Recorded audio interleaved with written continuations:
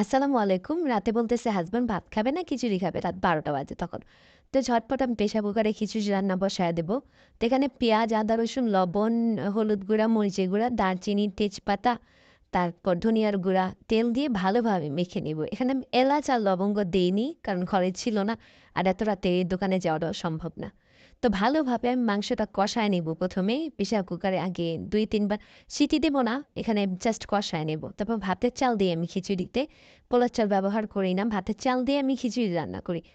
তো যখন আমি ভাতের চাল দিয়ে খিচুড়ি রান্না করব তখন আমি ডালটা দেব না। ডালটা আমি পরে দেব। ডালটা দিলে হয় কি খিচুড়িটা গলে যায়, তখন আর খিচুড়িটা ভালো লাগে না। তো আমি ভাতের চাল নিছি ২ কাপ। আর ২ কাপের জন্য আমি ৪ কাপ পানি নিছি। ২ জনের জন্য রান্না করব। তো ১ম এ চাল দিয়ে আমি হাই হিটে ১ টা সিটি দেব। আর লো হিটে ২ টা সিটি দেব। এখানে মুগ ডাল আর মসুর ডাল নিছি, সাথে কিছুটা আলু নিছি।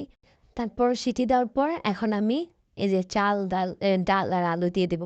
তারপর আমি হাই হিটে দিব ১ টা সিটি আর লো হিটে দিব ২ টা সিটি। ব্যাস হয়ে যাবে আমাদের খিচুড়ি। টেনটেনা! খিচুড়ি খেতে কিন্তু মজাই লাগে শীতের সময়। অত একটা খারাপ লাগে না, তাই না বলো হচ্ছে?